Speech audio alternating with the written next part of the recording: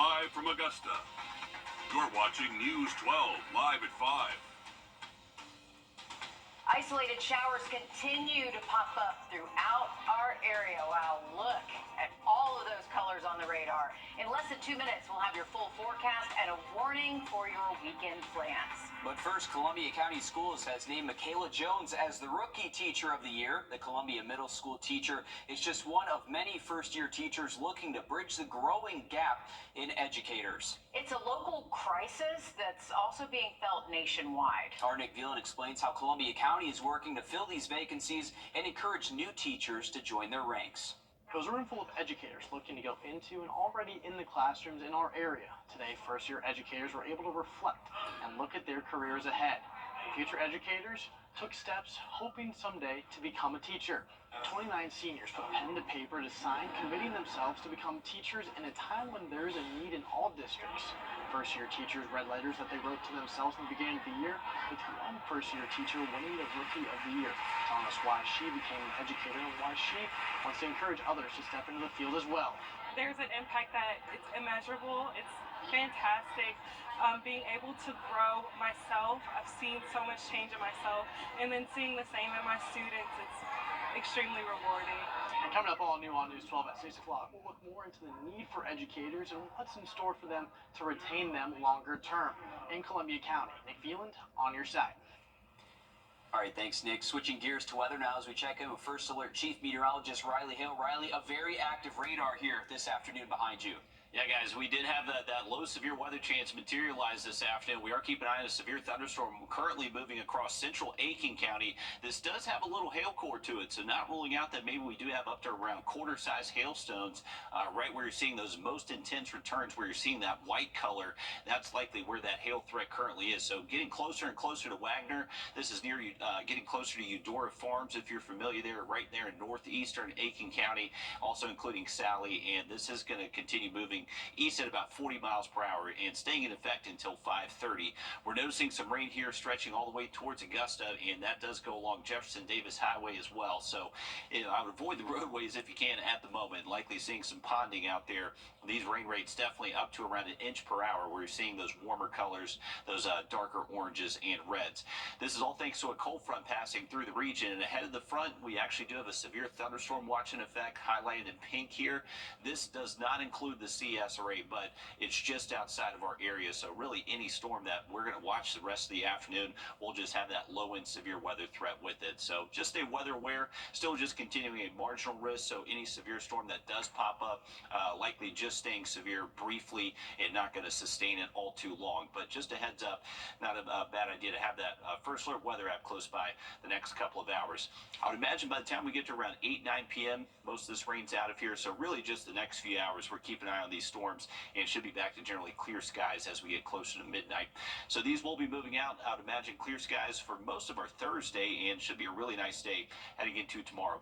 We'll have a look at the rest of the week in just a bit, but let's get a quick update on your First Alert traffic. And now, First Alert traffic. All right, you can definitely see what's left of just the wet weather that just passed by our studios. So some rain on the lens, slowing down traffic, especially on this eastbound lane here of I-20. And I would imagine we are going to see a little bit slow-moving traffic for a good portion of I-20 now that we just saw this strong thunderstorm pass over us. Here's a look over Grovetown, where you can see the dark skies in the distance. This is looking east towards that stronger storm. And you can see that traffic there on Lewiston Road may be a little bit more congested than usual. Also, keep an eye on our skies for maybe some rainbows out there. So if you start to notice some sunshine overhead after you just saw a shower, just put your back to the sun and maybe able to see a few out there.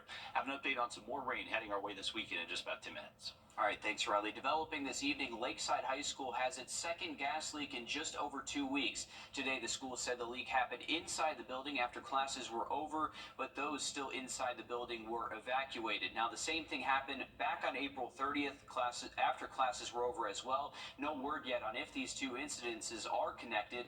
Nobody was injured either by any of those gas leaks. The body of a senior airman killed by a Florida deputy has arrived in Georgia ahead of his funeral later this week.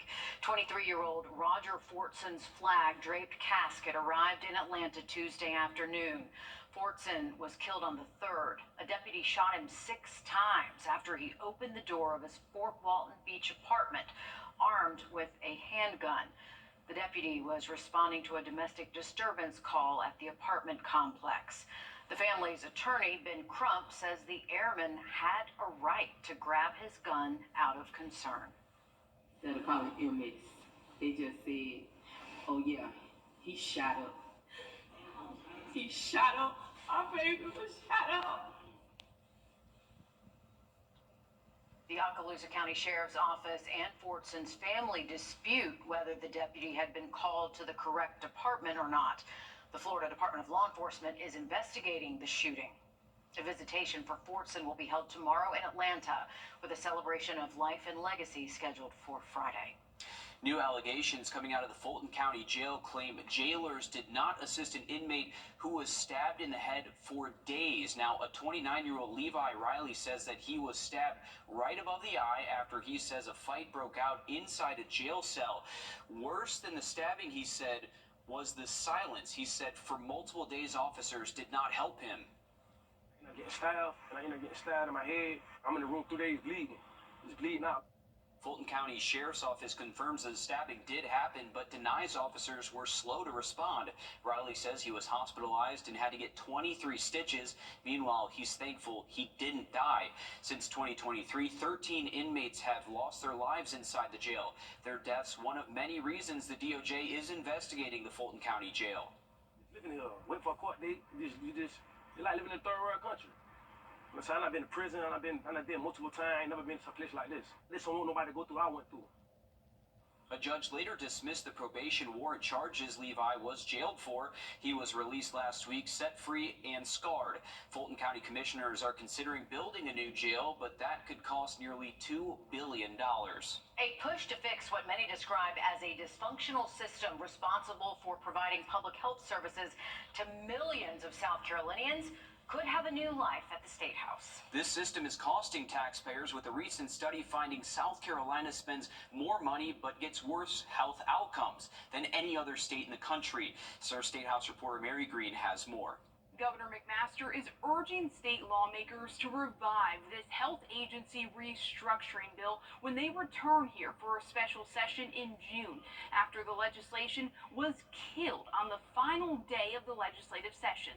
This is a bill that will save lives, and it will save money, and it will also allow people to be more self-sufficient in the long run. Kimberly Tiso leads the organization Able South Carolina, which works with and advocates for South Carolinians with disabilities. She says she's seen way too many of them fall through the cracks in the current system, found to be the most fractured public health care delivery model in the country. This bill is designed to fix that by merging these 6 state agencies into one, which supporters say will improve coordination and oversight, measures that sometimes fall to the wayside. Candace Carroll, who works for the group Americans for Prosperity and is the mom to a special needs daughter, says trying to get services from agencies operating in silos can be confusing and frustrating for patients and their families. It's a feeling of hopelessness.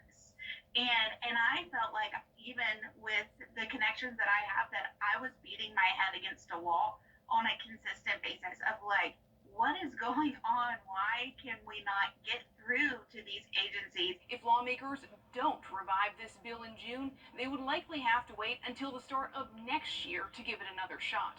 Reporting from the State House, I'm Mary Green.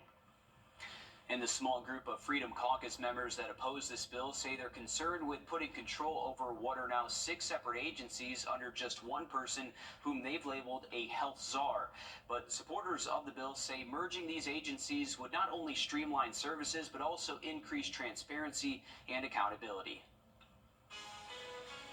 Columbia, South Carolina wants to host March Madness once again, but does the city have what it takes? We break down the hoops the city has to jump through next. Riley?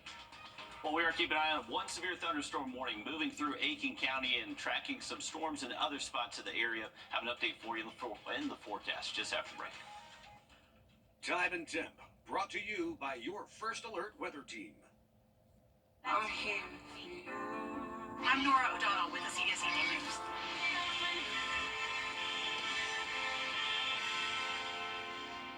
Cracks in your brick. All right, welcome back, folks. We are keeping an eye on the severe thunderstorm warning currently impacting central Aiken County. This is getting closer and closer to Wagner and Sally, and getting close to also Eudora Farms if you've been to that wildlife safari park there. So they're getting ready for about 60-mile-per-hour wind gusts, maybe even up to quarter-size hail, so damaging hailstones out there, and some really intense rainfall and some cloudy ground lightning. That warning stays in effect until 5:30. Time check right now, about 5:12, so still about 18 minutes left on that warning before it does move into Orangeburg County next. This is part of a broken line of storm activity that does stretch towards Augusta all the way into Berg, Jefferson, and even Glasscock County. We're not expecting the storms currently impacting other areas of the CSRA just aren't up to severe levels, but still producing some heavy rain and maybe some cloudy ground lightning at times. The worst of the weather is expected to stay on the South Carolina side of the river and up towards North Carolina. You can see that's where a current severe thunderstorm watch is in effect until 8 p.m. I would imagine once we get after 8, 9 o'clock later this evening, we should start to see our weather really improve. This was a time lapse we actually got earlier from our Thurman Dam cam. You can see a very impressive shelf cloud. This actually did turn severe as it did cross over into Edgefield County, and this is actually the current storm that is severe, moving closer towards Wagner and Sally. So impressive views here. This did produce some very intense wind at times, some heavy rain, and also a lot of lightning. So a few different hazards on the board if you're going to be out and about the next couple of hours. Still noticing some rain from our SRP park camera. They have the tarp on the field, so hopefully this storm will pass and we should be good to go by the time we get to that first pitch at 7:05. We have seen our temperatures drop off a little bit here in Augusta, so down near 80 degrees. We were about 4 or 5 degrees warmer than that just about an hour ago. So the game tonight, right now, I would imagine does stay mostly dry. That's going to be starting off just after 7, and the storm chances will be much lower by the time we get to the end of the game. I would think we most likely see clear skies by the time we get to the 9th inning. So we are expecting improving weather heading into tomorrow. The rain chances come to an end after around 8 p.m. tonight, and then for tomorrow, just expecting a light north wind, good steady, comfortable temps, mid-80s tomorrow afternoon, and expecting a lot of sun. Now, the cloud cover does return Friday. I would imagine we stay mostly dry during the day Friday, outside of a stray shower chance showing up late into the afternoon. And then it's going to be Friday night into Saturday that we start to see some much wetter weather arrive. So this is a jump ahead to our in-house model right at daybreak Saturday, showing our first round of potential shower and thunderstorm activity. And then we're just expecting a couple rounds of that throughout the day.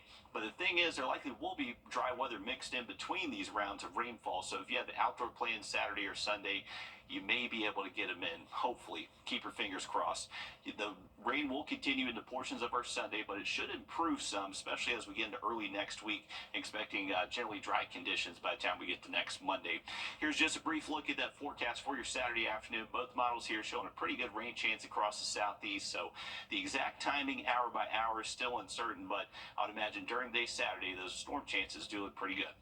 Thanks, Riley. As women's basketball grows in popularity, or we say continues to grow, it's been a huge year for them. Columbia has officially entered the running to host the 2027-2028 NCAA tournament. Jalen Tart explains what goes into a bid of this magnitude.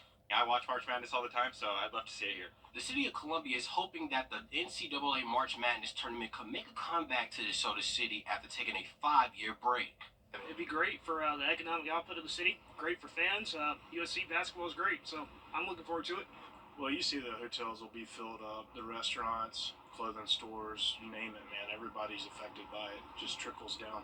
I think it'd be great for the city of Columbia. There's not a lot going on when the students are here, and I think it'd be great for the economic status of the city, too, so I think it'd be a great thing. Last week, city leaders from Experience Columbia submitted a 90-page formal proposal to the NCAA on information on arena size, hotel packages, meeting spaces, airport information, previous events hosted, and more. Scott Powers, Experience Columbia's Executive Director of Sacramento Sports, explains the impact the tournament brought to the city when hosting the tournament in 2019.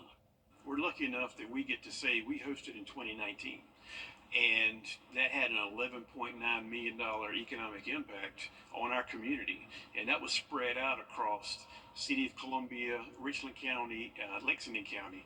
Powers tells me that the NCAA opened the bidding in August of last year and submitted the bid in early February. He believes that Columbia's time is now to host the tournament once again. My pride was showing off our community to those people that have never been before. And that's why we're here, to give people a reason to come. And once they're here, we show them a great time and we encourage them to come back at future dates for vacation. The city expects a final decision from the NCAA on its bid by October 2nd. And I can assure you, up in Columbia, we know something about women's basketball Just a up little there. bit. So I can assure you that stadium, Colonial Life Arena, will probably be sold out. So I'm hoping they're able to get the women's basketball tournament there again. It'll be hopping It'll for be great. sure. Especially men's, too. Men's in 2019 was crazy as well. Well, cruise ships will leave South Carolina by the end of this year, and Mount Pleasant's bid to host Carnival Cruises at Patriots Point, well, it's impossible. Even if they wanted to, Mount Pleasant officials say the state's law does not allow the use of their pier for cruise ships. Charleston's port will close to cruise traffic by the end of the year for some much-needed improvements. In the meantime, communities are grappling with the loss of jobs and tourism revenue that this will cause. According to the Better Business Bureau's Scam Tracker report, online scams made up nearly 70% of all reports last year. What you need to know to avoid becoming a victim. First Alert Radar, powered by Jim Hudson Automotive Group. For the past 12 years, Looking back, that was the ultimate gift. The series finale of Young Sheldon, tomorrow only on CBS and streaming on Paramount+. Rain is never good for a wedding. Until now. If it rains 1 inch or more on your wedding day, Floyd & Green Fine Jewelers will give you your rings for free. So pray for rain and watch News 12/26 this weekend for the weather happening near you. Sheriff Richard Roundtree keeps safety first. for over 12 years, it's been my honor to serve you. Safer streets and a strong community are important to me. That's why we should keep Sheriff Roundtree as our Richmond County Sheriff. According to the Better Business Bureau's Scam Tracker report, online scams made up nearly 70% of all reports last year, with victims being more likely to report a monetary loss. In this Watching Your Wallet, consumer investigator Carice Jackman breaks down the BBB's report and shares how you can avoid becoming the next scam. Scammers continue to impact many people's lives, according to Better Business Bureau spokesperson Melanie McGovern and their new Scam Tracker report. It's so important to read reports like this to understand that there is risk in anything that we do. The report looks at how scams are perpetrated, who's being targeted, and which scams have the greatest impact on consumers. One of the riskiest scams out there now are investment scams, including cryptocurrency. It became the #1 riskiest scam with an average median loss of $3,800. These cryptocurrency scams start out as I've got a great investment opportunity, then all of a sudden you're recruiting people to come in. So you want to make sure you know what it is, that it is legitimate before you give anybody any kind of money. The same goes for employment scams, which came in at the #2 spot with a median dollar loss of nearly $2,000. Reports of employment scams also rose 54% from 2022 to 2023.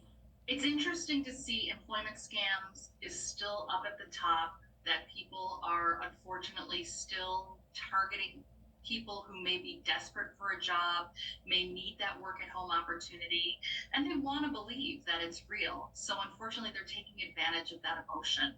McGovern also says more than 40% of scams reported to the BBB involved online purchases, with over 80% of victims losing money. And for the second year in a row, young adults between the ages of 18 to 24 reported the highest median dollar loss of all age groups. Why is that the case, Melanie? Why is it that this particular age group is seeing a lot of loss when it comes to scams?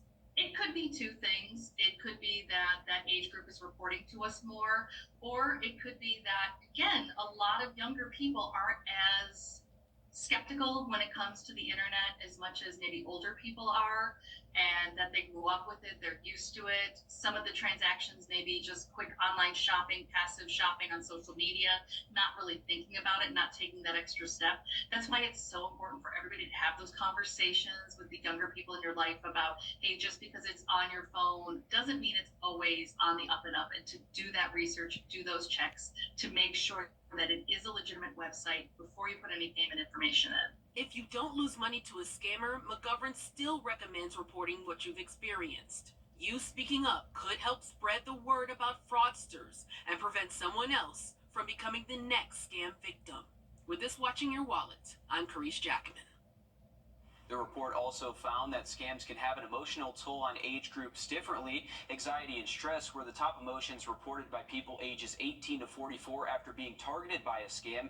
Anger was the top emotion reported by people ages 45 and over, which I'm sure most of us would feel after being scammed. Riley? Absolutely. Well, and we are keeping an eye on a really strong thunderstorm still pushing through Aiken and Orangeburg County. Right now, the worst of this storm impacting areas around Sally, towards Springfield, and heading towards Nice is next. Have an update on radar and that 7-day just after the break. We're starting a movement. Save on recliners starting from $3.99. Lazy Boy. Long live the lazy. So All right, we're starting to see some positive signs here at SRP Park. Looks like they are getting ready to pull that tarp off the field. We are expecting better weather by the time we get to that first pitch at 7:05. But we did just have a pretty decent little line of storms pass through the area. Here's a current look at that, what's left of the severe warning cell. So the worst of this storm system now moving out of Aiken County into Orangeburg County next. And this warning is going to be allowed to expire at 5:30. They may continue it, but will likely continue it just outside the CSRA. You can see we are still dealing with some rain in other spots all the way through southern Richmond County now. We're getting closer towards northern Burke County, and we're just going to see these move towards the east at about 40 miles per hour. So should be out of here by around 8, 9 o'clock later this evening. Dry weather tomorrow, but we are keeping an eye on more storm chances heading into the weekend. Thanks, Riley. Stick with us. We have much more news and weather coming up after a short break as News 12 Live at 5 continues.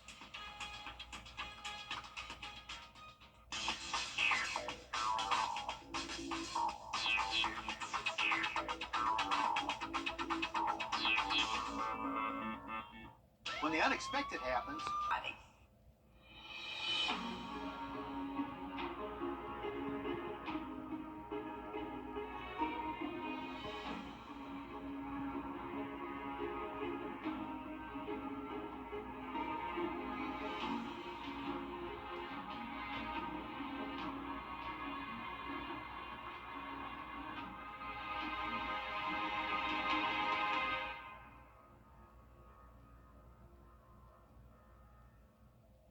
It's your dry skin. Let them take care of everything while you get better. Trust Chief Meteorologist Riley Hale for your first alert. When you visit or work with Parker's Kitchen, your support makes a difference. You've helped us rank as Best Workplace in America. None of this happens without you. Thank you. You're watching News 12 Live at 5 continues. Live at 5 continues as we take a check of the weather here. Taking a live look outside over Beach Island. Rainy lens for us this afternoon. That's the picture we're getting. You can't see much. Riley, you're monitoring some storms rolling through our area. Yeah, guys, we have kept an eye on this one cell moving through Aiken County, and that's what our Beach Island camera was looking at right there. This was a severe warned cell, and they did have that warning go up until 5:30 p.m., so you can see that warning was allowed to expire there. The worst of this storm is now moving into Orangeburg County, so right between North and Norway, you can see what looks to be that white return on radar. That's likely where that hail core is, and continue to just move off towards the east. Now, we're still dealing with some moderate to heavy rainfall in a few spots. Cloud to ground lightning going to be a concern, but these storms that we're currently looking at just south of Augusta now, not up to severe levels, but potentially could produce a stronger wind gust at times. These are continuing to drop south and east, so next in line just going to be the southern CSRA getting ready for these storms approaching you. Now, the worst of the severe weather still expected to remain across the Carolinas. You can see they have a number of warnings in effect, and what's highlighted here in this big pink area, that's actually a very large severe thunderstorm watch that most of them are under. So that's where the majority of that severe weather ingredients should stay. All this will be driven closer towards the coastline by later tonight by this cold front, and we should see a much better weather day heading into tomorrow. If you've seen the rain, you've seen your temperatures cool off to the 70s. If not, you're likely maybe just a little bit warmer than that. And even in Aiken, you can see they just saw that heavy rain and currently in the mid 60s. So just a low severe weather threat continues for the southern or for the rest of the CSRA. Slight risk through the Midlands. Well, I know the update in just a bit, but let's get a quick update on your first alert traffic. And now, first alert traffic.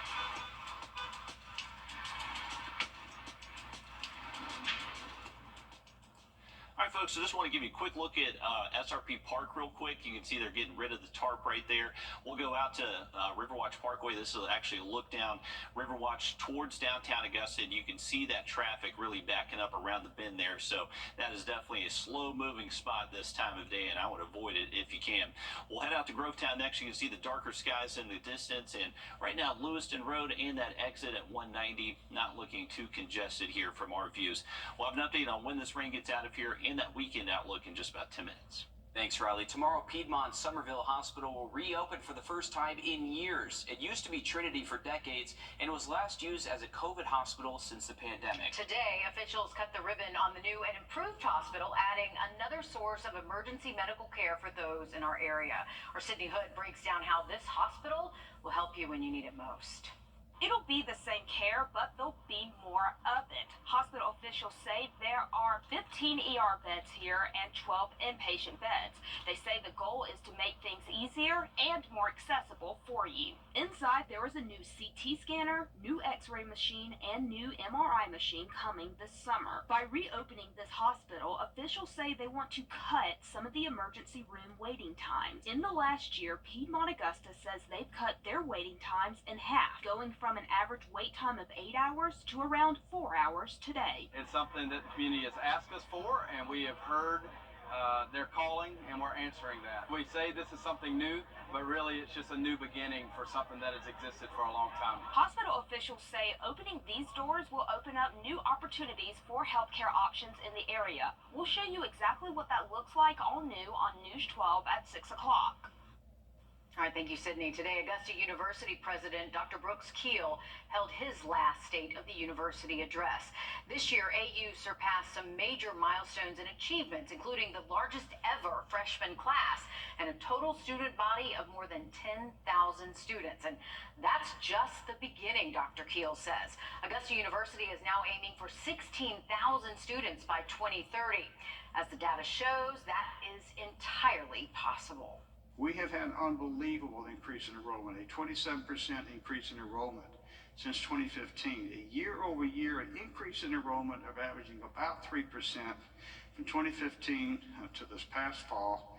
And when you look at the previous 5 years, a year-over-year decrease in enrollment of about 3% as well, a complete 180-degree turn.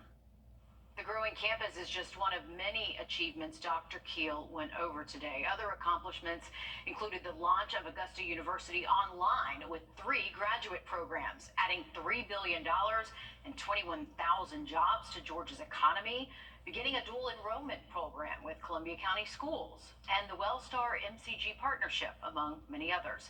Dr. Keel also thanked the university for its unwavering support and says he looks forward to retirement and spending time with his family. And this does come as Augusta University and several other Georgia colleges will again require the ACT or SAT for admissions. This will start in fall of 2026. The Georgia Board of Regents voted on this move Tuesday, meaning AU, Georgia State, Georgia Southern, and Kennesaw State will all require the test. The requirement was temporarily lifted during the pandemic across the nation, including elite schools like Harvard and Yale.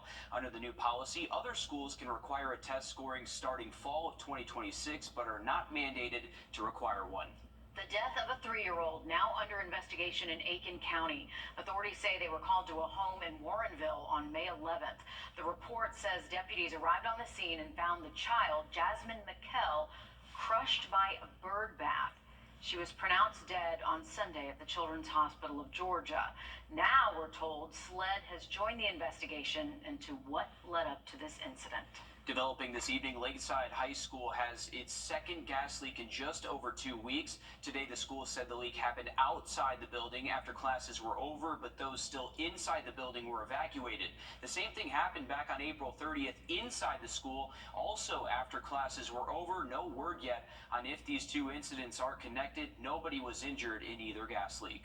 A man accused of licking a child's feet at Urban Air sentenced to 10 years in prison. Corey Rollins was arrested in January of 2023 for that incident at Urban Air. 10 days later, though, he was arrested in Grovetown for approaching a boy and asking to see his feet. Rollins was also a former school aide. Today, he pled guilty to those charges for the second incident, the one in Grovetown, where he approached the child.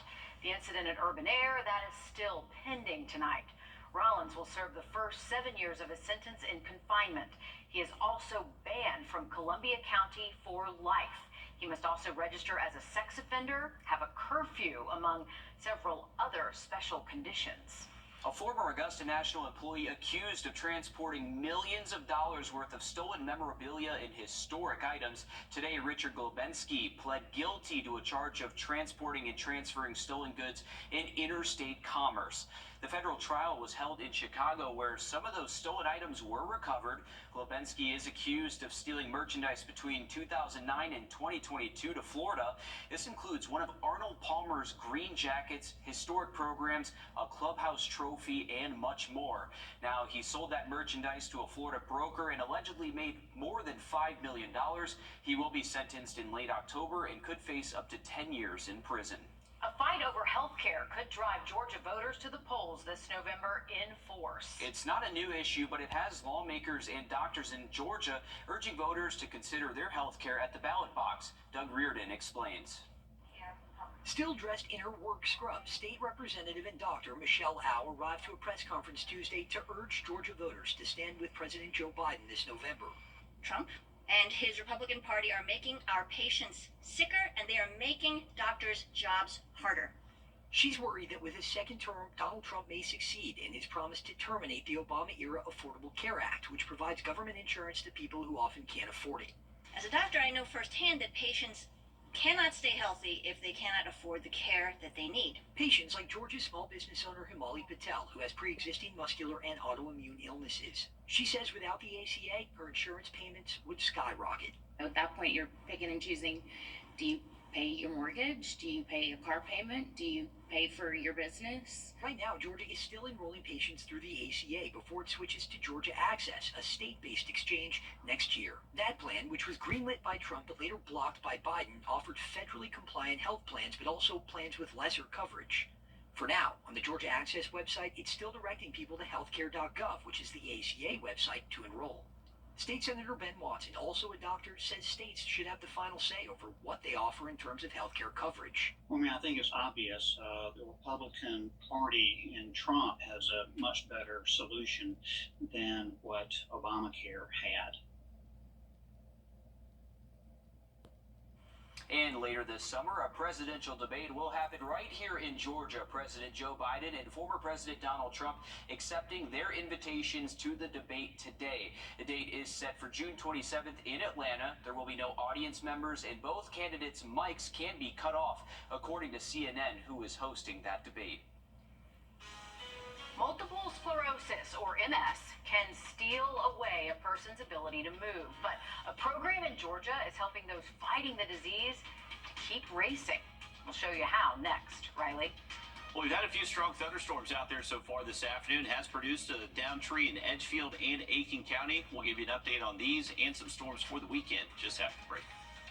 Time and Temp, brought to you by your First Alert weather team. Introducing the First Alert Radar Network. Purchases $4.99 and above for a limited time only at BrandsMart USA. Well, we have a beautiful view from our Thurman Dam Cam at the moment. It didn't look this nice just about an hour and a half ago, but what's pretty cool, you can see the distance here. You can see a distant lone thunderstorm. You can see the anvil to that top of that thunderstorm there. But take a look at this. We actually had a pretty cool time lapse earlier from our Thurman Dam Cam. You can see this was actually a very strong thunderstorm that ended up turning severe as it went through Edgefield and Aiken County. So you can see a very impressive shelf cloud ahead of that, and did produce a pretty strong wind from our camera view here. So confirmed that we did see a couple of trees come down in Edgefield and Aiken County. You can see the line that it basically took the core of that storm right through, unfortunately, the heart of our peach country, right there in eastern Edgefield County, right between Trenton and Johnson. They did have a pretty strong storm that passed through earlier today. Those storms are now moving south of I-20, just going to continue towards that I-95 corridor, and you can see that skinny green line just on the east side of 95. That's the sea breeze front, so that's likely going to give a little boost to these storms as it does get a little bit closer. There is going to be a better ingredients for severe storms across the Carolinas. They are currently underneath the severe thunderstorm watch until 8 p.m. And once we get past 8 p.m. tonight, that's when we're expecting our storm chances to be done with. So I would imagine we do stay mostly dry for the game tonight. For the Green Jackets, that's going to be a 7:05 first pitch. Temperature-wise, we should be in the 80s, maybe a little bit cooler than that since we just saw that rain push through. And by the time we end the game, I'd imagine we actually have clear skies out there. So that cold front is going to continue improving our weather for the rest of tonight. And heading into tomorrow, really nice. Clear skies most of the day, sunshine, high temps hitting the mid-80s. And that wind direction will be out of the north tomorrow, generally between 5 to 10. We will start to notice changes again, though, by Friday. So most of our Friday technically looks dry, but it's going to look like it's going to rain a good portion of the day. So pretty cloudy conditions. Our temperature should still be able to warm up to the 80s. Maybe a low chance for a late day shower Friday, but it's really Friday night into our Saturday to where those rain chances do look much better. We'll likely see a couple rounds of storms like that throughout the day Saturday.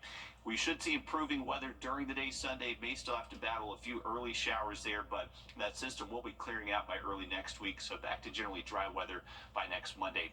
Here's a current view of just two different models for our Saturday afternoon. You can see they don't look all too different. Pretty wet scenario from both of them across the southeast, but the timing of this front will kind of determine if we do see rain linger into our Sunday or not. But everyone is focusing on Saturday night. That's when we have Thunder over Evans happening.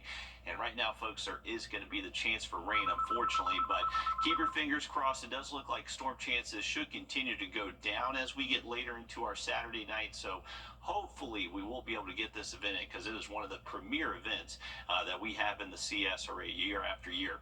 Here's a look at that 7-day forecast. So storms for Saturday into Sunday, but drying out again by early next week.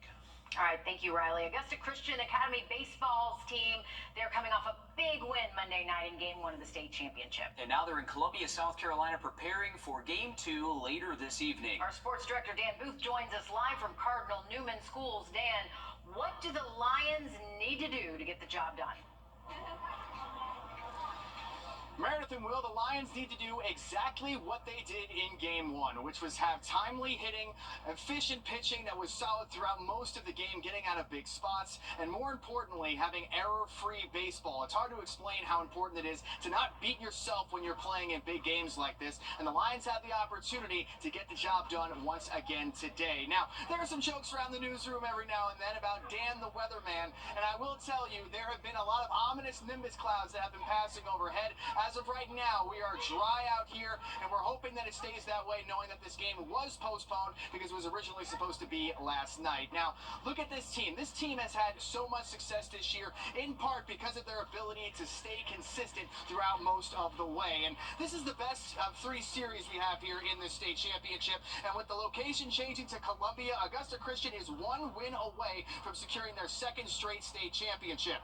Knowing how close they are to reach the mountaintop once again, the Lions feel like they have an ace in the hole, because they kind of do. When you play in your biggest games like this, you want the best guy with the ball in his hands, and taking the mound for Augusta Christian tonight is senior Santiago Pacheco, who's the #1 pitcher on this year's team. When he's dialed in, he can throw with the best of them, and this year's team just continues to have solid defense and runners on base. Pacheco will then have an opportunity to give his team the victory once again. So I'm going to have continuing updates throughout the night, and a live update on News 12 at 6 o'clock, with the game getting underway in just a few minutes at 6.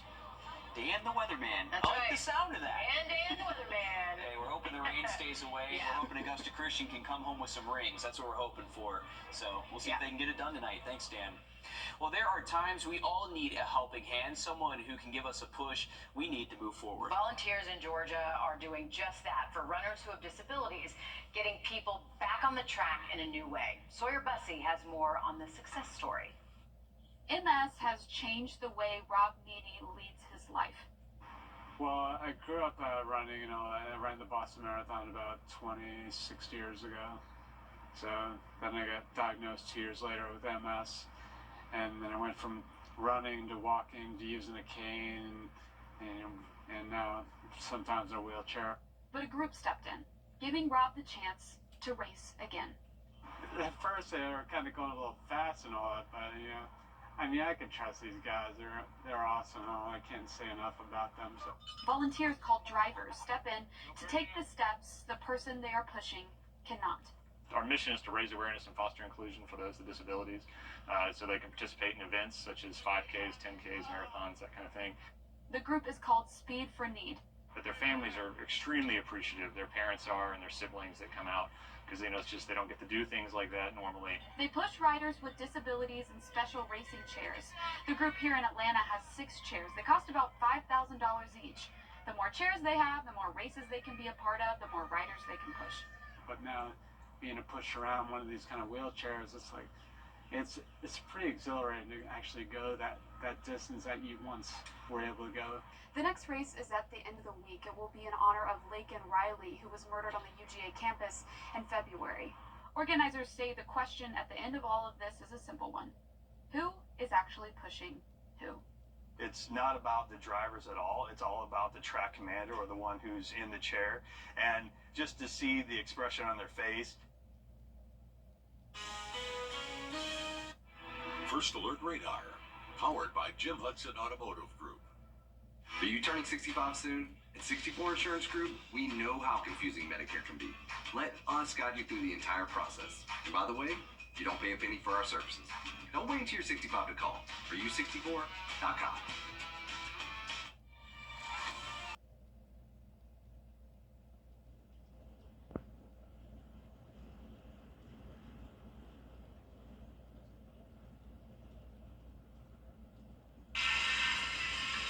Brett, what are you doing? Eliminating some stuff. First off, pretty sure that's a federal offense. And second, that's for our customers to eliminate their Medicare cards when they come in for a commitment-free consultation. My bad. ForYou64.com.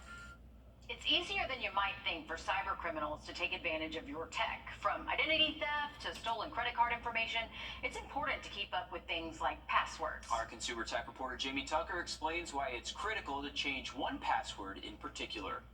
What the Tech, sponsored by Augusta Preparatory Day School. We all know the importance of changing passwords, but there's one password, your login information on your Wi-Fi router. It really only needs to be changed maybe one time, and not doing so would allow cyber criminals to peep inside your home. Every Wi-Fi router comes with a username and password right out of the box, whether that's one you rent from your provider or one you purchase yourself. And you'll usually find it on a sticker like this. Well, the problem is the default login information for some routers can also be found online, and someone who knows what they're doing can locate your router's IP address and log into that router remotely. Remember the incident where a cyber criminal watched and recorded a little girl in her room? Ring, the maker of that security camera, insisted it was due to a compromised router. The default username and password of any router must be changed as soon as you connect it. It's easy to do when you first set it up through the router's app. Many people leave the username and password the same because it makes it easy for guests to find it, especially in rental properties. Instead, download a QR code generator. Follow the instructions to create a QR code that you can print out and leave by the front door or fridge. All a guest needs to do is scan the code to log into the Wi-Fi network. And you should also set up any router using WPA, or Wireless Protected Access. If you're not sure if you did that initially, check your router's app and add the security if you didn't do it when you first installed the router. Can't stress this enough, but not changing the default username and password on a Wi-Fi router, it's almost like leaving your front door open. That's What the Tech. I'm Jamie Tucker. I'm Jordan Pierce with First Can Make a Difference.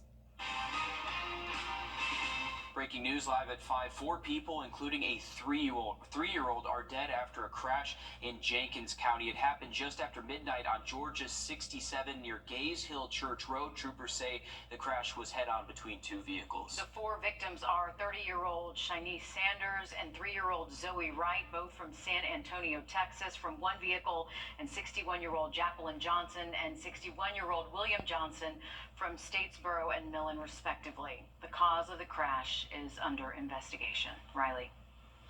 Well, we are watching SRP Park. They are starting to get that infield ready. They had the tarp on the field earlier, but it's seeing improving conditions here, so we should be able to get this game in for the rest of tonight. Here's a current look at radar where we are still tracking this line of showers and storms, mainly dropping south of I-20, so that's going to be our main shot for rain the rest of tonight.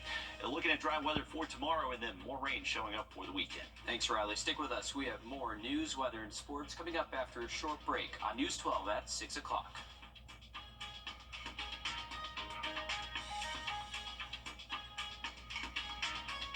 This is not you.